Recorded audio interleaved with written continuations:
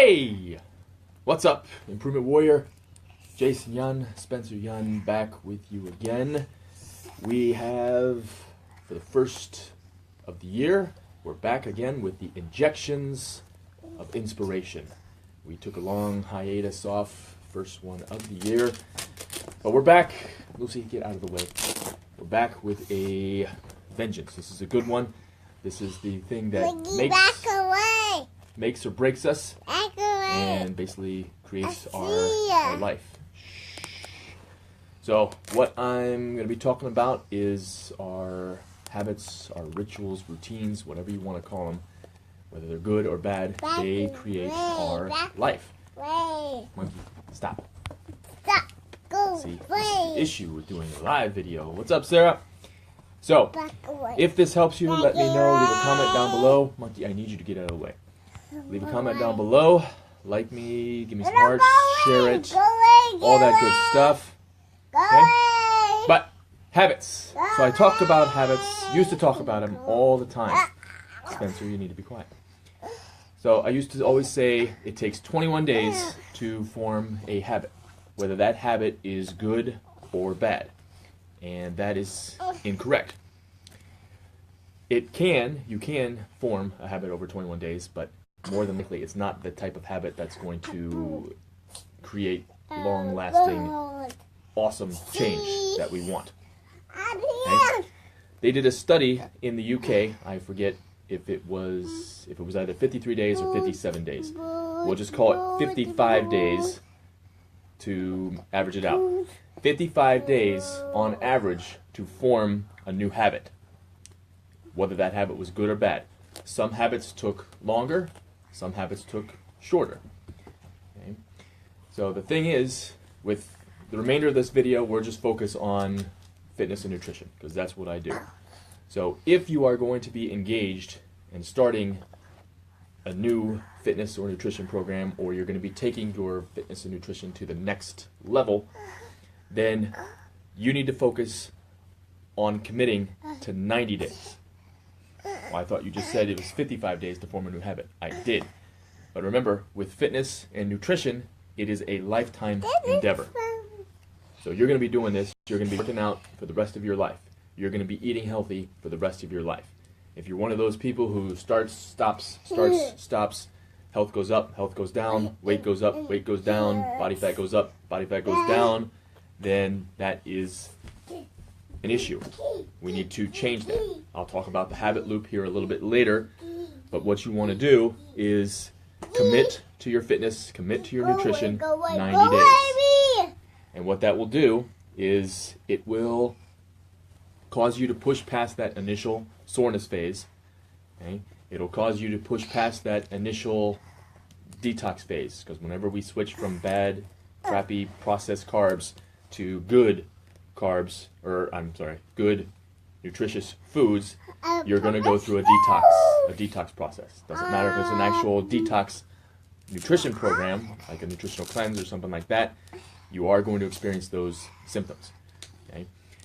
So, with that, when we do start a new nutrition program or a new fitness program, when you start, it's going to be more exciting. But as you go, it's going to start to become a part of you. So, in a way, it is going to become boring to you. So the habit is going to become boring, because I don't know about you, but I don't get excited to wake up in the morning and brush my teeth anymore. So it's not fun. What's up, Steve? How you doing? Okay? So I just do it. It's just a part of me. And every single habit will either take us closer to or further from our ultimate goal. There is no in between. Okay? No in between. So brushing teeth is something everybody should be doing, because if you're not doing it, then it's going to take you further away from your goals, because you won't have your teeth. That'll lower your confidence, and that'll hurt your health as well in the long run. Okay? So I've been doing my ketogenic, low carb, high fat type of nutrition plan since, I need you to be quiet. Okay? I've been doing that since July 2014, so almost 3 years. I've been doing the nutritional cleansing since May 2013, so almost 4 years. And I don't get too excited about it. It's just something that I do. So it basically becomes a little bit boring, okay? And that's what we want to do. We want to make that habit become a part of us. Now, there's certain things you can do to make it more exciting. So what I do with my nutrition is Monday through Thursday, I have the same routine. I've got 5, 6, 7 go-to meals that I eat. And I just rotate around those meals. And then on the weekends, Friday, Saturday, Sunday, I usually plan out or make a more elaborate family type go-to meal. And then I'm always trying to make at least one new recipe each week. So that excites me, especially if I knock it out of the park and it tastes good, because now I might have a new go-to family recipe. Okay?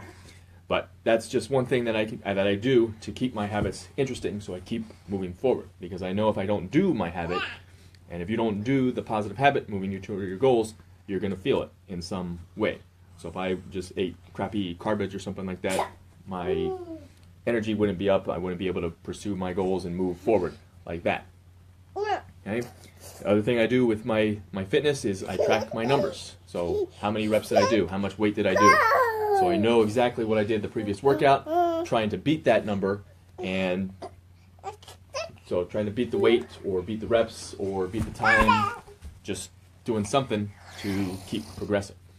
So you always want to have the goal eventually become a part of you, where it's kind of boring, but there's always ways that we can keep moving it forward, keep pushing forward, to keep making it. He's got a book called The Power of Habit. Great book. Read it if you have this opportunity. And what he talks about is there's a loop. So we have a habit, and we have a trigger that causes an emotion to cause us to do that habit. So this is really good for figuring out what our bad habits are and fixing those and getting them out of our life. So say, for instance, you're starting a new nutrition program tomorrow. And at work, there's always something there to sabotage you from doing it. So say you go into the break room, there's always something there. There's cookies, there's bagels, there's donuts, there's pizza.